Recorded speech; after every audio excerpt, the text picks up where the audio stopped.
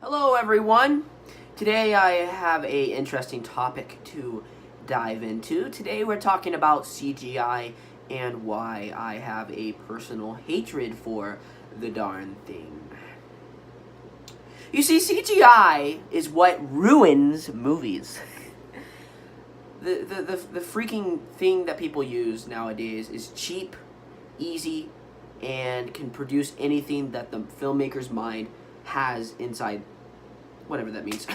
Anyways, CGI was first introduced in the early 90s, kind of late 80s, but it became a smash hit in the early 90s, especially with Terminator 2 Judgment Day, Jurassic Park. All those films have usage of CGI that really made CGI stand out. Now, you also have computer-generated films, completely CGI films like Toy Story.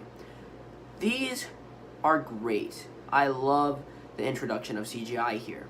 Jurassic Park, the CGI looks fantastic. The dinosaurs look like they're really moving on the screen, like they're about to jump out at you. While it's a bit dated nowadays, it still is revolutionary and eye candy. It is that gorgeous. Terminator 2, Judgment Day, the CGI in that movie is stunning, nearly flawless computer-generated imagery. It was fantastic. I apologize, by the way, guys, for my fan in the back. Yeah. Anyways, let's get on with the video. But then, the late 90s, people really started putting CGI to the test. You know, like all these big movies like Independence Day. They used a lot of practical effects. So, my apologies, not Independence Day. You know, films like, you know, all those movies that use a lot of CGI. The Matrix, all these movies really became big CGI films.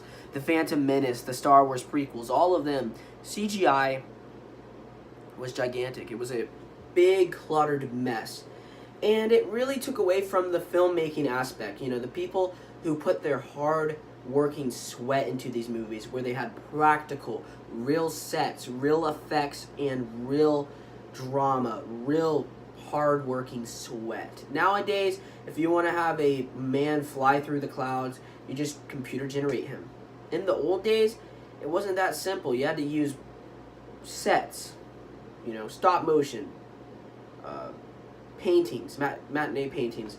All of this was huge. Miniatures. These were big things that made the film special.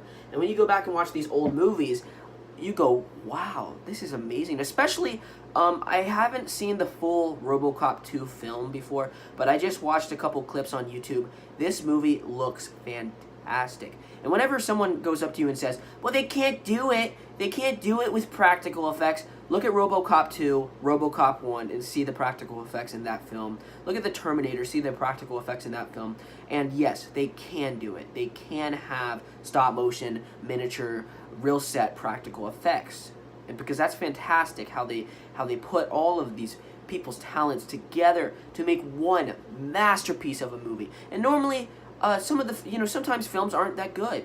But still, some of the special effects, for example, RoboCop 2 was panned by critics, but those special effects in that movie are some of the best stop-motion miniatures I've ever seen in my entire life. They're that good, and I think it's really good. It's freaking fantastic. It's craftsmanship. It really is. It's true craftsmanship. Nowadays, you have these Marvel films. Some of them are good, and then some of them are downright just awful. They're so boggled down in CGI that you don't even feel like you're not even watching real people. These people just feel like they're all computer generated. They don't feel real anymore. They don't feel like they're doing real stunts, etc. Black Widow, she does her stunts, but the people in the, you know, flying around, it's just so fake. All these explosions and stuff, and it's hard to believe that these Marvel films get such good reviews when it's just bonkers. It's all over the place. It's a mess.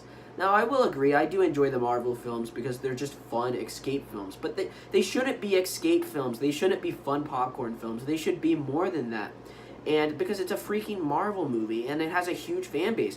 When I go to these Marvel movies, I just go, you know, to enjoy the superheroes and eat some popcorn. But it shouldn't be about that. It should be so much more. You need to care more about the characters, and you need to be pumped for another Marvel movie. You know, when I go to a Marvel movie, I just go, oh wow, it's going to be a great Friday. It's going to be a great Friday going with my family and just watching a film with a lot of explosions and a lot of CGI and a lot of comedy.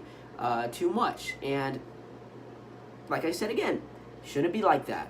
It should be really a experience. It should be something that you can actually go back and watch and get pumped for every single film that comes out. And you know, these Marvel films, people still love them.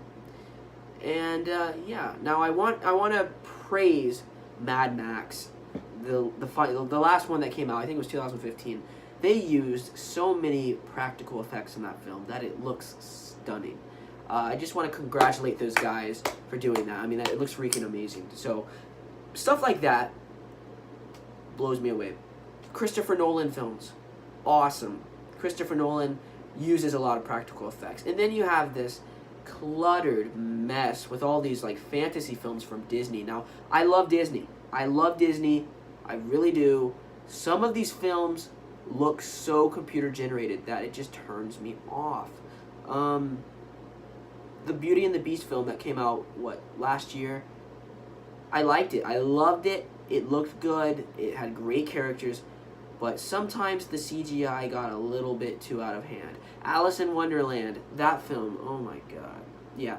But I just want to show my hatred for CGI. Now, it's bad CGI. Good CGI, I love it. I love the thing. I love CGI in Jurassic Park. I love it in Terminator. I love it in all these really, really good films, you know, that use it good, substantially at a good, you know, good areas of the film.